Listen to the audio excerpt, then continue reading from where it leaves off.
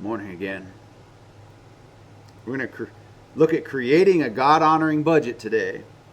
Proverbs 21:5 says, "The plans of the diligent lead surely to plenty, but those of everyone who is hasty surely to poverty."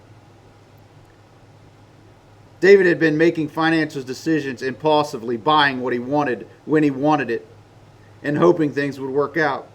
His mentor pointed him to Proverbs 21:5 and asked, "If it was possible to plan your finances wisely and always have enough, wouldn't you want that?"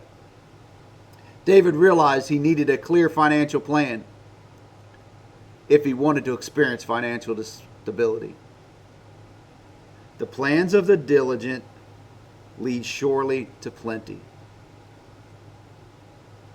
Sacrifice now so that you can have later.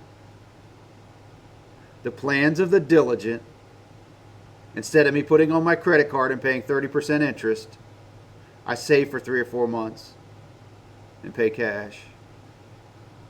It's a big deal.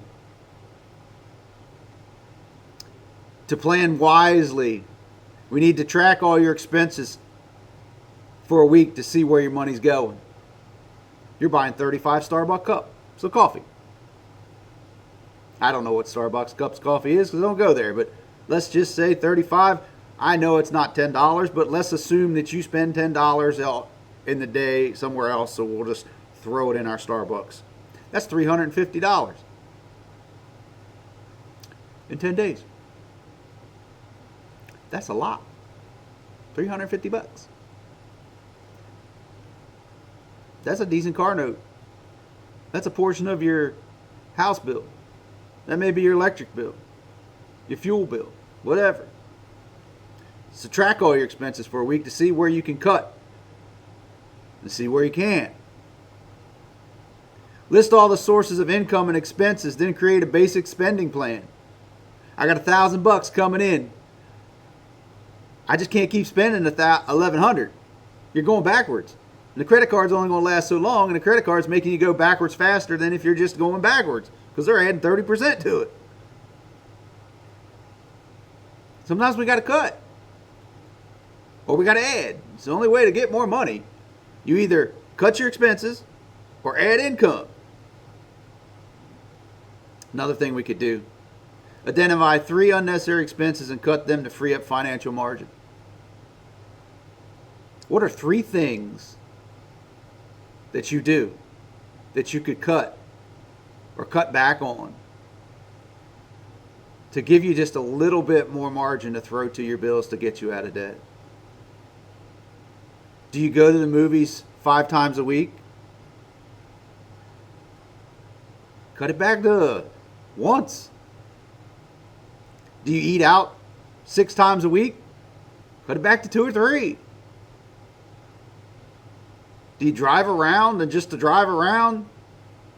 Strategically plan your route. There's a multitude of ways. When you start doing penny for penny what you're spending, and every time I go by that store, I spend $10. I don't even know why. I just go in there and get junk food and a bunch of sodas and drinks, but I spend $10 every day on the way home, and it's 5 minutes from my home. Telling me that you couldn't wait 5 minutes to get to your house for the stuff that you already have at your house? There's all kinds of little things we spend extra on. Write this stuff down and figure out what's 2 or 3 that I could do I could get out of it. And it may not be forever. It may be till you get out of debt. And then you can add that back into your budget. My budget is I'm getting my junk food on the way home, but it's in my budget now. I'm good. So think about that. Track your expenses for a week to see where every penny's going. List all your sources of income and expenses and create a plan down to the penny on how you're going to spend it. Identify 3 unnecessary expenses and cut them to free up financial margin.